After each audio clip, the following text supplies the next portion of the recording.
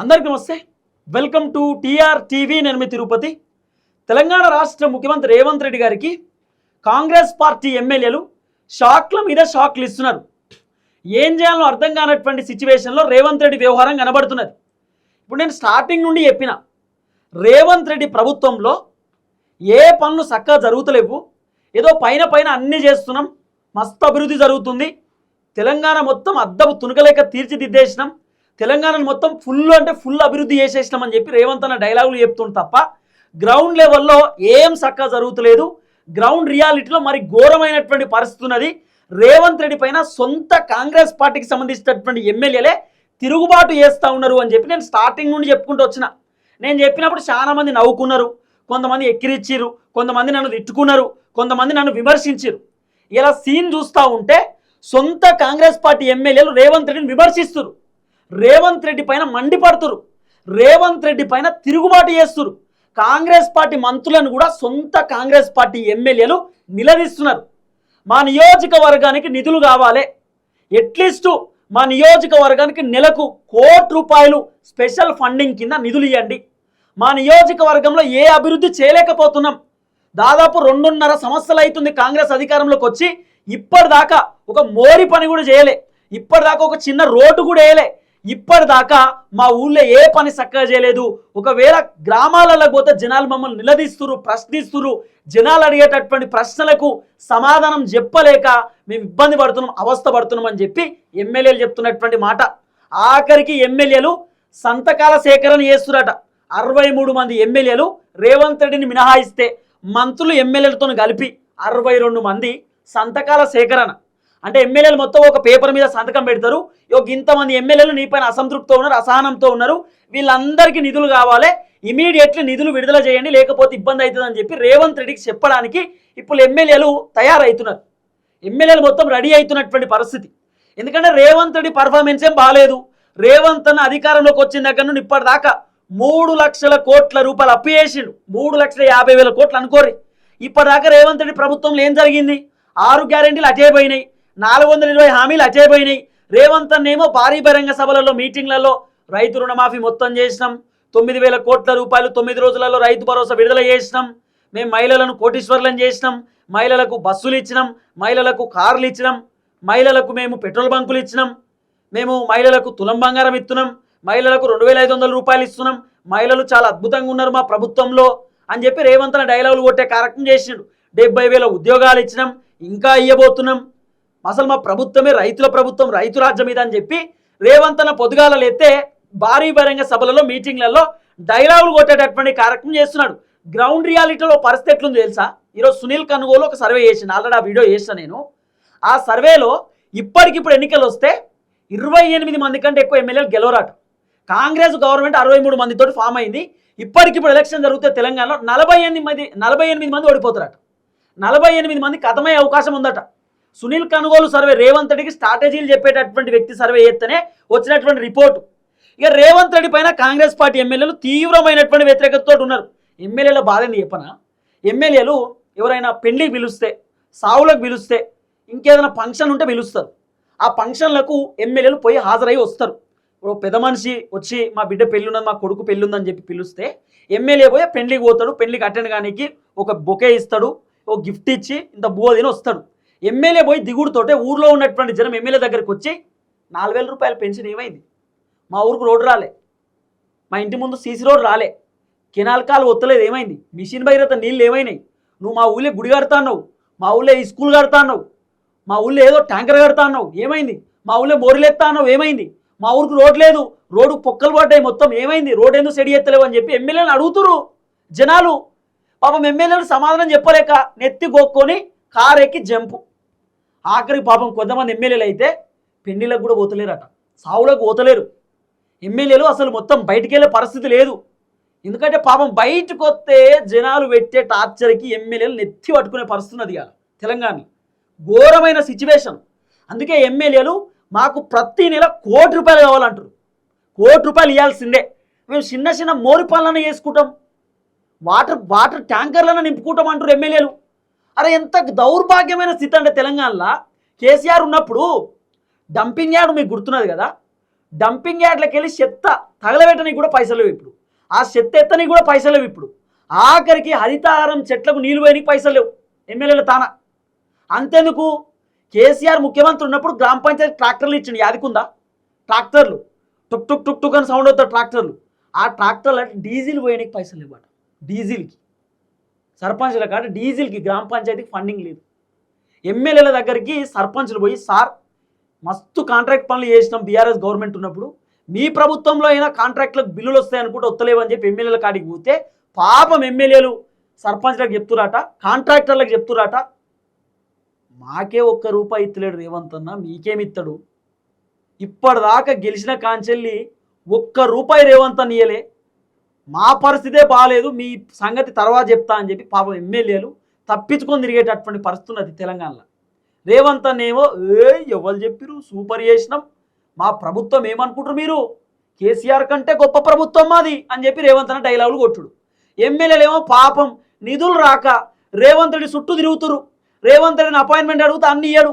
మంత్రులకు ఏదైనా పని చేయించుకుందామని మంత్రితో ఇంత ఫోన్ చేపిద్దామని చెప్పి మంత్రికి ఫోన్ చేస్తే మంత్రి లేపరాట. మంత్రిని కలుద్దామని పోతే ఎమ్మెల్యేను గంటలు ఎమ్మెల్యేను బయట కూర్చోబెడుతురట మంత్రులు. ఎంత ఘోరమైన పరిస్థితి. సెక్రటేరియట్ పోతే సెక్రటేరియట్ రేవంత్ అన్న అపాయింట్మెంట్ అయ్యాడు, రేవంత్ అన్న పైన ఫ్లోర్ కిందనే ఆపుతారట ఎమ్మెల్యేలను. ఎంత ఘోరమైన పరిస్థితి. ఇంకా రేవంత్ అన్న భారీ బహిరంగ సభలల్లా మా ఎమ్మెల్యే గారు అద్భుతంగా పనిచేస్తుడు, మా మంత్రి గారు అద్భుతంగా పనిచేస్తుడు అని చెప్పి రేవంత్ అన్న డైలాగులు కొడతాడు. కవరింగ్ చేయడానికి రేవంత్ అన్న డైలాగ్. అసలు ఎమ్మెల్యేల కథ ఏందనేది పిన్ టు పిన్ ఈ వీడియోలో మనం మాట్లాడుకునేటటువంటి కార్యక్రమం చేద్దాం. ఫస్ట్ టైం మన ఛానల్ చూస్తున్నటువంటి వాళ్ళు దయచేసి సబ్స్క్రైబ్ చేయండి, షేర్ చేయండి, లైక్ చేయండి. మీరు సబ్స్క్రైబ్ చేసుకోవడం ద్వారా నాకు ధైర్యం వస్తుంది, బలం వస్తుంది. నేను ఇంకా ప్రజా సమస్యలపైన గట్టిగా మాట్లాడతా, ప్రభుత్వాన్ని గట్టిగా నిలదీస్తా. రైట్గా టాపిక్లో పోతే, మాకు నెలకు ₹1,00,00,000 కావాలి. ఎమ్మెల్యేలు చెప్తున్న మాట రేవంత్ అన్నకు, నెలకు ₹1,00,00,000 అయినాయి సార్ ప్లీజ్. నువ్వు అంటే ఢిల్లీకి పోతున్నావు, నువ్వు అంటే రేవంత్ అన్న 69 సార్లు ఢిల్లీకి పోయిండు. ఆ ఢిల్లీలో ఏం పాడైందో ఏమో తెలుస్తలేదు కానీ నువ్వు అంటే ఢిల్లీ ఢిల్లీ ఢిల్లీ. గల్లీలో ఉన్న పైసలు తీసుకుపోయి ఢిల్లీలో ఏమైనా దాచి పెడుతుండో, ఇక్కడ ఉన్నటువంటి సొమ్ము తీసుకుపోయి రాహుల్ గాంధీకి ఏమైనా ఇస్తుండో తెలుస్తలేదు కానీ నువ్వు అంటే ఢిల్లీకి పోతుండ అన్న. ఈ ఢిల్లీ బంద్ చేసి మాకు పైసలు ఇస్తారని చెప్పి ఎమ్మెల్యేలు చెప్తున్నారు. రేవంత్ అన్న ఢిల్లీకి పోయినప్పుడల్లా లక్షల రూపాయలు, కోట్ల రూపాయల ఖర్చు, అవన్నీ బంద్ చేసి ₹1,00,00,000 ఇస్తారు మా నెలకు అని చెప్పి ఎమ్మెల్యేలు చెప్తున్నటువంటి ముచ్చట. ప్రతి నెల నియోజకవర్గానికి ₹1,00,00,000 స్పెషల్ ఫండ్ ఇవ్వాలని కాంగ్రెస్ ఎమ్మెల్యేల డిమాండ్. సొంత పార్టీ ఎమ్మెల్యేలు డిమాండ్ చేస్తున్నారు రేవంత్ అన్నకు నియోజకవర్గ అభివృద్ధి కోసం ఏమని ఈసారి ప్లీజ్ అంటున్నారు. ఆఖరికి ఎమ్మెల్యేలు ఎంత ఘోరం ఉందంటే పరిస్థితి ఇక నేను చెప్పలేకపోతున్నా కానీ చెప్తే షాఢభారతం ఉంటుంది. ఇగో చిన్న అభివృద్ధి పనులకు కూడా నిధులు ఇవ్వట్లేదని మండిపడుతున్న కాంగ్రెస్ ఎమ్మెల్యేలట. రేవంత్ అన్న ఫుట్బాల్ ఆడనీకి ఉంటాయి పైసలు, ఫుట్బాల్ మ్యాచ్ ప్రాక్టీస్ కోసం 5 కోట్లు పెట్టి గ్రౌండ్ కట్టనీకి, ఓ పెద్ద బంగ్లా కట్టుకోనీకి, బట్టి విక్రమార్క గడ్డి వరుసనీకి, గడ్డి గ్రీన్ గ్రాస్ ఉంటుంది కదా, ప్రజాభవన్లో గడ్డి వరుసనీకి లక్షల రూపాయల ఖర్చు, కాంట్రాక్ట్ పనులు కూడా. మంత్రులకు హెలికాప్టర్లు తిరుగుతారు మంత్రులు ఫుల్ బిజీగా ఉంటారు కదా, సంతకాలు పెట్టాలి, ఒకటే హెలికాప్టర్లలో తిరుగుడు. గంటకు 5 లక్షల రూపాయల ఖర్చు హెలికాప్టర్లలో తిరగాలంటే ఏందనుకుంటారు కథ. ఇక మంత్రుల కథ ఇట్లా. మంత్రులకు సపరేటు క్యాంప్ ఆఫీసులు కోట్ల రూపాయలు పెట్టి కట్టుడు ఏందంటారు. వేములవాడ పోతే సపరేట్ భోజనం అట, సపరేట్ భోజనం 10,000 రూపాయల ప్లేట్ ఒక్కొక్కళ్ళకు. ఏందనుకుంటారు కథ. కాంగ్రెస్ ప్రభుత్వంలో మొత్తం దుబారా ఖర్చు. గ్లోబల్ సమ్మిట్ పెట్టిండు, 100 కోట్లు ఖర్చు పెట్టిండు. ఏదో మొత్తం పట్టుకొస్తున్నావు విదేశాల నుండి, మొత్తం ఏదో వస్తున్నాయి, కంపెనీలు వస్తున్నాయి అని చెప్పి డైలాగ్ వచ్చిండు. కంపెనీ లేదు, కథ లేదు. ఇప్పుడు ఫ్యూచర్ సిటీ అంటుండు, మూసీ సుందరీకరణ 1,00,000 కోట్లు పెడుతుండు, గాంధీ విగ్రహం పనిచేసి ఇప్పుడు దేవుని గుడి కడతారట. మొత్తం ఒక 20,000 ఇండ్లకు సుటి పెట్టిండు. 20,000 ఇండ్లను ఖతం చేయడానికి రేవంత్ అన్న తయారైండు. రియల్ ఎస్టేటు దందా కథ ఇదంతా ఉంటుంది కానీ ఎమ్మెల్యేల ముచ్చట మాట్లాడుకుందాం. ఆ తర్వాత మనం అన్ని విషయాలు మాట్లాడాలి. రేవంత్ ప్రభుత్వంపై ఒత్తిడి తీసుకురావడానికి సంతకాల సేకరణ చేస్తున్న పలువురు ఎమ్మెల్యేలు. రేవంత్ రెడ్డి ప్రభుత్వం పైన ఒత్తిడి కోసం ఎమ్మెల్యేలు సంతకాల సేకరణ చేస్తున్నారు. ఇంతమంది ఎమ్మెల్యేలు నియోజకవర్గాల్లో అభివృద్ధి చేయలేకపోతున్నారు, నిధులు వస్తలేవు, ఇబ్బంది పడుతున్నామని చెప్పి పాపం ఎమ్మెల్యేలు కూడా బగ్గా ఖర్చు పెట్టారు గెలవడానికి. వాళ్ళకి ఇవ్వాలి కదా మరి నిధులు, వాళ్ళ సొంత పైసలు అయితే వాళ్ళు పెట్టుకోలేరు కదా. మరి రేవంత్ అనే అర్థం చేసుకోవాలి. ఇగో అధికార పార్టీలో ఉంటూ కూడా అభివృద్ధి చేసుకోలేకపోతున్నామని చెప్పి ఎమ్మెల్యేలు బాధపడుతున్నారట. అధికార పార్టీ నుండి అభివృద్ధి చేసుకోలేనటువంటి పరిస్థితులను ఉన్నాం, ఏంది కర్మ అని చెప్పి పాపం ఎమ్మెల్యేలు లెస్స బాధపడుతున్నారట. రేవంత్ అన్నకేమో ఈ బాధ అర్థం కాదు. ఇగో ఇన్ఛార్జ్ మంత్రుల తీరు బాలేదట. ఎమ్మెల్యేలు చెప్తున్నారు ఇన్ఛార్జ్ మంత్రుల తీరు బాలేదు, పనుల కోసం ఫోన్లు చేస్తే కనీసం లిఫ్ట్ చేయట్లేదట మంత్రులు. ఎమ్మెల్యేలు మంత్రులకు సార్ ఏదైనా పని చేయించుకోవాలని చెప్పి మంత్రికి ఫోన్ చేస్తే మంత్రి ఫోన్ లేపే పరిస్థితి లేదట. ఎమ్మెల్యేల బాధ ఎవరికి చెప్పాలి?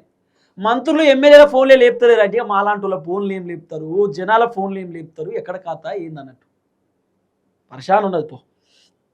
ఇగో 2.5 ఏళ్ళు గడిచినా కూడా ఇప్పటిదాకా అభివృద్ధి చేయకపోతే గెలవడం కష్టమని ఎమ్మెల్యేలు చెప్తున్నారట. పాపం 2.5 సంవత్సరాలు అయింది, ఇప్పటిదాకా చిన్న బుడబుడ పనులన్నా చేయకపోతే ఎట్ట గెలుస్తాం, ఇక మేము ఓడిపోతాం, మా దుకాణం బంద్ అవుతుంది అని చెప్పి పాపం కాంగ్రెస్ పార్టీ ఎమ్మెల్యేలకు అర్థమైపోయింది. ఇట్లా చదివితేనే అర్థమవుతుంది మన తెలంగాణ జనాలకు. చాలామంది అనుకుంటారు ఈ మధ్యకాలంలో తిరుపతి స్లాంగ్ మారుస్తున్నాడు అని చెప్పి. మా తెలంగాణ యాసల తెలంగాణ భాషల నాటు పల్లెటూరు భాషలో మాట్లాడితేనే మా వాళ్ళకి ఎక్కుతుంది. ఈ ఇంగ్లీష్లా ఈ హైదరాబాద్లో కొంతమంది మంచిగా తెలుగులో గట్ల కాదు, మొత్తం తెలంగాణ భాషలో మాట్లాడాలి, జనాలకు అర్థమయ్యేటట్టు చెప్పాలి. ఇక నేను ఫిక్స్ అయిపోయినా. తర్వాత ఇగో నిధులు ఇవ్వాలని గతేడాదే రేవంత్ రెడ్డిని బహిరంగంగా చూడుర్రి, నిధులు ఇవ్వాలని గతేడాదే రేవంత్ రెడ్డిని బహిరంగంగా నిలదీసిన కాంగ్రెస్ ఎమ్మెల్యే ఎన్నం మాట్లాడిండు. ఎన్నం సీన్ అని చెప్పిండు, రేవంత్ రెడ్డి మాకు నిధులు ఇవ్వాలి, మాకు ఇబ్బంది అవుతుంది, పెళ్లిలలో పోలేకపోతున్నాం, ఇబ్బంది అవుతుంది అని చెప్పి పాపం కాంగ్రెస్ పార్టీ ఎమ్మెల్యేలు చెప్పినటువంటి మాట. రోడ్లు, నీళ్ళ ట్యాంకర్ల రిపేర్లు, బోర్లు లాంటి చిన్న పనులు కూడా మేము చేయలేకపోతున్నాం, చాలా ఇబ్బంది అవుతుందని చెప్పి ఎమ్మెల్యేలు చెప్తున్నటువంటి మాట. ఎంత పెద్ద కష్టం వచ్చింది చూడుర్రి. చావులకు పెళ్లిళ్లకు డబ్బులు ఇవ్వడం తప్ప అభివృద్ధి ఏమి చేయలేకపోతున్నామని చెప్పి ఎన్నం చెప్తున్నాడు. ఏదైనా సావులకు పెళ్లిలకు పోయారనుకో, పెళ్లికి పోతే 5,000 రూపాయలు కట్టం ఇవ్వాలి, సావులకు పోయినా కూడా ఒక 5,000 10,000 రూపాయలు ఆ కుటుంబ సభ్యులకు ఆర్థిక సాయం చేయాలి. ఈ పైసలు తప్ప మిగతా ఏం చేయలేకపోతున్నారు పాపం. ఇలా సొంత జేబులకి వెళ్ళి పైసలు పెడుతురు తప్ప అభివృద్ధి చేయాలంటే ఒక మోరి కట్టాలంటే 10 లక్షల రూపాయలు 15 లక్షల రూపాయలు ఖర్చు అవుతుంది. ఇడికెళ్ళి తెస్తారు పైసలు ఎమ్మెల్యేలు, ఇడికెళ్ళి తెస్తారు. గవర్నమెంట్ నుండి ఏదైనా ఫండింగ్ వస్తే, గవర్నమెంట్ నిధులు వస్తే ఆ నిధులతోటి నియోజకవర్గంలో ఏదైనా పని చేస్తారు. రేవంత్ అన్న పొద్దుగాలు లేతే దుబారా ఖర్చు తప్ప ఎమ్మెల్యేలకు పైసలు ఇచ్చే పరిస్థితి లేదు. ఇవాళ ఏం చేస్తారు ఎమ్మెల్యేలు? అందుకే సుమారు 35 మంది ఎమ్మెల్యేలు రేవంత్ రెడ్డి వ్యతిరేకంగా ఉన్నారట. 35 మంది, ఇక రాసి పెట్టుకోరు మీరు. 35 మంది రేవంత్ రెడ్డి పైన కోపంతో ఉర్రట. ఇగో ప్రతి నియోజకవర్గానికి ఏడాదికి ₹25 కోట్ల నిధులు ఇవ్వాలని ఎమ్మెల్యే ఎన్ఎం డిమాండ్ అట. 25 కోట్ల రూపాయలు సంవత్సరానికి మాకు ఇవ్వాల్సిందే, మాకు ఇబ్బంది అవుతుందని చెప్పి ఎన్ఎం చెప్తున్న మాట. నిధుల విషయంలో ఇటీవల అసంతృప్తి వ్యక్తం చేసిన ఎమ్మెల్యేలు రాజగోపాల్ రెడ్డి, పోచారం శ్రీనివాస్ రెడ్డి. వాస్తవం ఇది. పోచారం శ్రీనివాస్ రెడ్డి మొన్న ఏమన్నాడు? పార్టీ మారినటువంటి వ్యక్తి పోచారం సీనన్న, మాజీ మంత్రి, మాజీ స్పీకరు. సీనన్న ఏం చెప్తున్నాడు? ఇంకా ప్రాజెక్టు కట్టడానికి ఇప్పటిదాకా ₹1 ఇవ్వలే రేవంత్ రెడ్డి. ఫోన్ చేస్తే రేవంత్ రెడ్డి లేపడు. 22 సార్లు ఫోన్ చేసినా మంత్రులకు ఫోన్ చేస్తే మంత్రులు లేపరు, ఎమ్మెల్యేలకు చేస్తే ఎమ్మెల్యేలు కూడా లేపుతలేరు. కాంగ్రెస్ పార్టీ ఎమ్మెల్యేలు ఎక్కడ కథ ఏంది?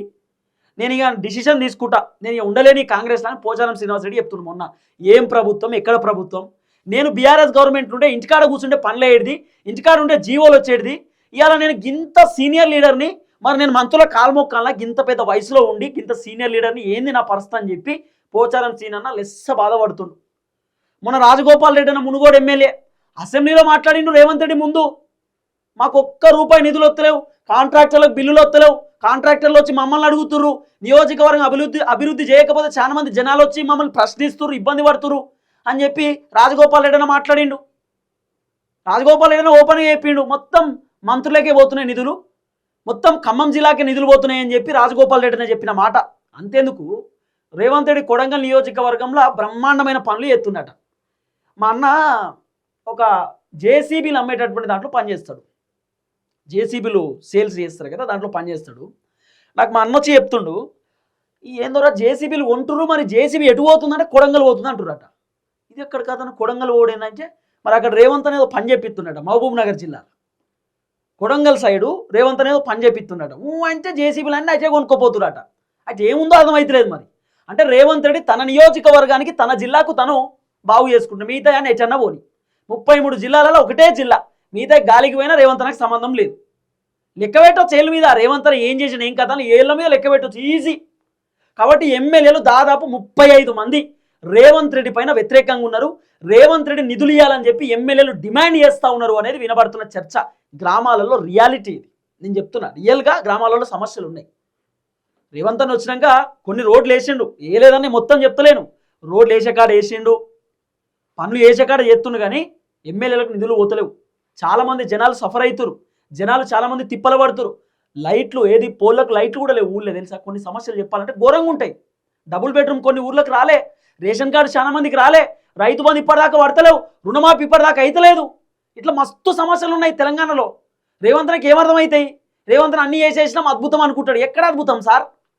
ఇప్పటిదాకా కొన్ని ఊర్లలో లైట్ లేనటువంటి పరిస్థితులు కూడా ఉన్నాయి, కరెంట్ లేని పరిస్థితులు కూడా ఉన్నాయి. ఆ ములుగు జిల్లా దిక్కు ఆదిలాబాద్ దిక్కు పోరు మీకు తెలుస్తుంది కథ. కాబట్టి దయచేసి ముఖ్యమంత్రి రేవంత్ రెడ్డి చెప్తా ఉన్నాం, ఎమ్మెల్యేల గురించి కూడా ఆలోచన చేయరు, నియోజకవర్గాల అభివృద్ధి కోసం కూడా ఆలోచన చేయరు. మీరు మళ్ళీ అధికారంలోకి రావాలంటే నియోజకవర్గాలలో పరిస్థితి ఎట్లుంది ఏం కథ అనేది ఒక్కసారి గమనించండి. ఆల్రెడీ మీకు సర్వే రిపోర్ట్ వచ్చింది, 48 మంది ఓడిపోతారు అనేటటువంటి రిపోర్ట్ వచ్చింది. అదన్నా చూసి కొంచెం చేంజ్ తెచ్చుకోండి. ఇప్పటికన్నా చూద్దాం ఏం జరగబోతుందో. దయచేసి వీడియో అందరికి షేర్ చేయండి. అందరికీ నమస్తే, థ్యాంక్ యూ సో మచ్. జై తెలంగాణ.